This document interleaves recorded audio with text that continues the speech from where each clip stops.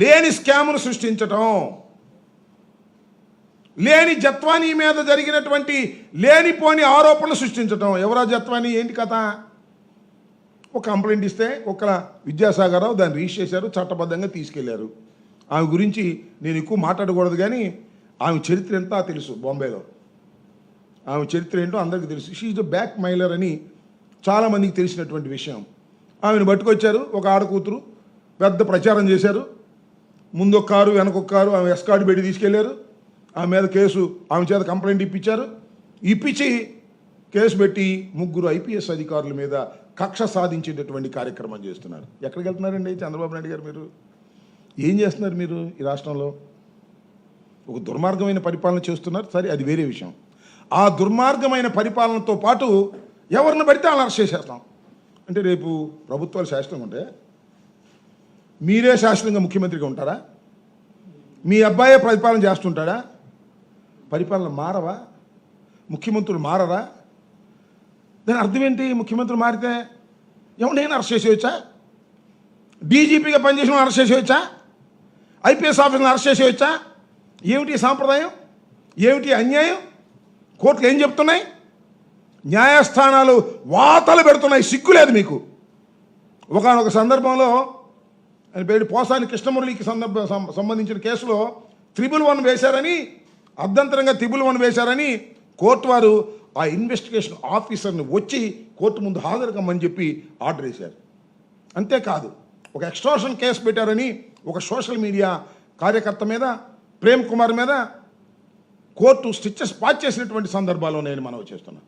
కోర్టులు ఒక వైపున ఖచ్చితంగా చెప్తున్నాయి, ఏమిటి అన్యాయం అని చెప్తున్నాయి. అవసరమైతే డీజీపీని కోర్టుకు పిలుస్తామని కూడా న్యాయస్థానాలు చెప్తున్నాయి. అయినా మీకేమీ అదుపు లేదు. ఎవరైనా సరే అరెస్ట్ చేసి లోపలేసేసి కక్ష సాధించుకుందాం అనుకుంటున్నారు. కలకాలం మీరు అధికారంలో ఉండరు చంద్రబాబు నాయుడు గారు, గుర్తుపెట్టుకోండి. మీరు వయసులో పెద్దవారు, అనుభవంలో పెద్దవారు. ఏమిటి కక్ష, ఏమిటి కార్పణ్యం? పరిపాలన చేయలేక మీరు ఇలాంటి డైవర్షన్ పాలిటిక్స్ ఆడుతున్నందుకు నిజంగా సిగ్గుపడాలి రాష్ట్ర ప్రజానీకమని మనవి చేస్తున్నా. మీకు ఓట్లు వేసిన వాళ్ళు సిగ్గుపడేటటువంటి పరిస్థితిలోకి వాళ్ళ మీరు పరిపాలన చేస్తున్నారు. దుర్మార్గమైనటువంటి పరిపాలన చేస్తున్నారు.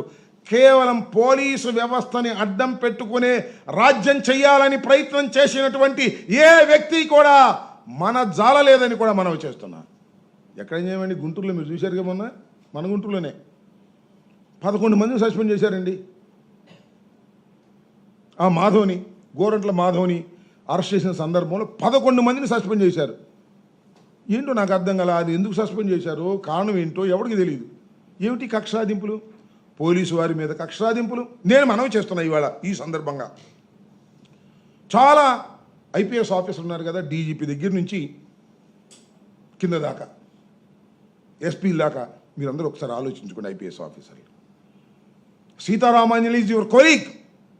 సీతారామాంజనేయులు గారు పనిచేశారు, టాటా పనిచేశాడు, విశాల గున్ని పనిచేశాడు. మీలాంటి అధికారులే వారు, గుర్తుపెట్టుకోండి. వాళ్ళ ముగ్గురిని ఇవాళ మీరు ఈ ప్రభుత్వం వేధిస్తుంది. మిమ్మల్ని అడ్డం పెట్టుకొని మీరే అరెస్ట్ చేసి తీసుకొచ్చింది. రేపు ప్రభుత్వాలు మారితే మీ పరిస్థితి ఏంటి?